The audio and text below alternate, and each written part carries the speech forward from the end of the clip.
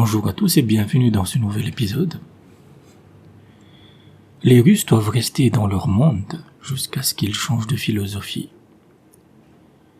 Cette déclaration de Zelensky est une exigence à l'Union européenne pour qu'elle empêche les Russes d'avoir un visa Schengen. L'Estonie et la Lettonie interdisent déjà aux Russes d'entrer dans leur territoire. Et on peut penser que l'idéologie rance de l'UE va suivre ces interdictions.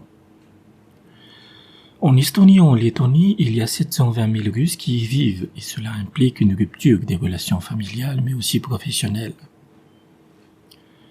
Mais évidemment, cela pose plusieurs problèmes de fond. En premier lieu, Zelensky est le président de l'Ukraine, qui n'est pas membre de l'Union européenne. On savait déjà que l'UE est un laquais des Américains, tout comme Zelensky. Cela signifie donc que les Européens sont des laquais du laquais de Washington.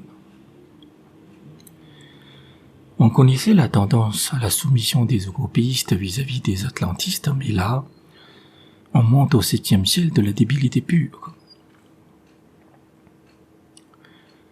Parce que le seul fait d'arme de Zelensky dans cette guerre est qu'il sait jouer au piano avec un organe plutôt sensible pour la jante masculine.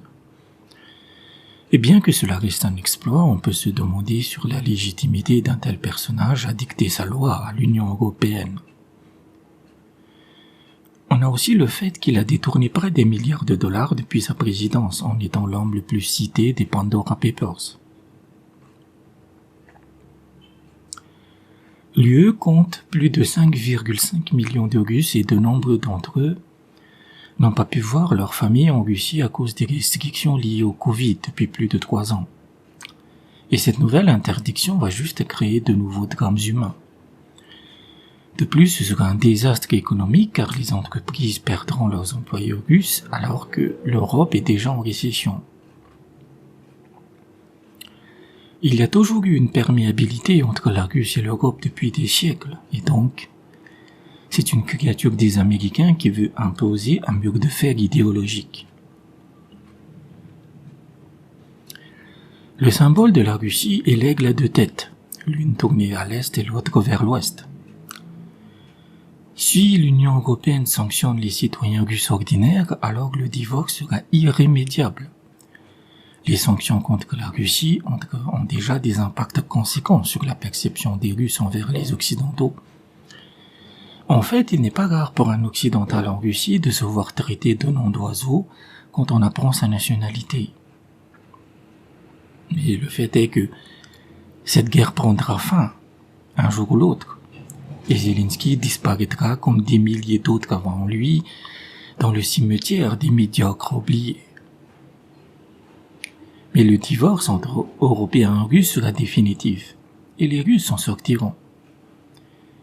On ne pourra pas dire la même chose des Européens. On voit que Zelensky et ses maîtres à Washington tentent de refaire le même coup qu'en Yougoslavie, où on a créé plutôt des tensions raciales à partir de zéro pour créer de nouveaux États, résultat de la dislocation de la Yougoslavie par l'OTAN. On a forcé l'apprentissage des langues et on a fait une propagande monstre pour leur imposer une culture importée des États-Unis.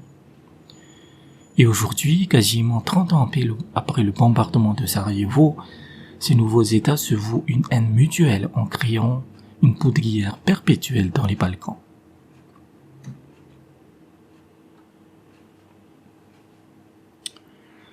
Mais le plus grave dans cette affaire est qu'on considère les 145 millions de Russes comme tous coupables de la guerre en Ukraine. Cependant, cette guerre est un enfant, né de plusieurs parents. La Russie, l'Ukraine, l'OTAN, les États-Unis, l'Angleterre et l'Union européenne. Si les citoyens russes ordinaires sont coupables, alors c'est une culpabilité par association ethnique. Et si cela se concrétise, alors cela crée un dangereux précédent. Ainsi, après le Brexit, l'Union européenne tente d'interdire les Britanniques d'entrer dans l'Europe. Par exemple, le cas du Portugal, où plus de 35 000 Britanniques sont dans une situation cauchemardesque, car ils n'ont plus de visa de résidence, car le Portugal et l'Angleterre n'ont pas normalisé les procédures. Mais si on est dans la discrimination raciale, pourquoi s'arrêter au roast beef et au roast coff? L'Union européenne pourrait bannir les Chinois à cause de la situation concernant les Ouïghours. L'Union européenne pourrait bannir les musulmans à cause des problèmes avec la Turquie. Et l'Union européenne pourrait bannir les Juifs. Cela s'est produit dans le passé et on sait que les Européens ont la discrimination facile. Car Dachau, le premier camp de concentration date de 1933. Mais que l'Union européenne continue à écouter Zelensky et les autres sbires de l'Europe de l'Est et de l'Amérique, qui ne vivent que par racisme, par procuration. Car la Russie s'en sortira. Le nouveau monde l'accueillera à bras ouverts. Et l'Europe continuera à être le plus grand asile psychiatrique de la planète. Merci d'avoir écouté cet épisode et à bientôt.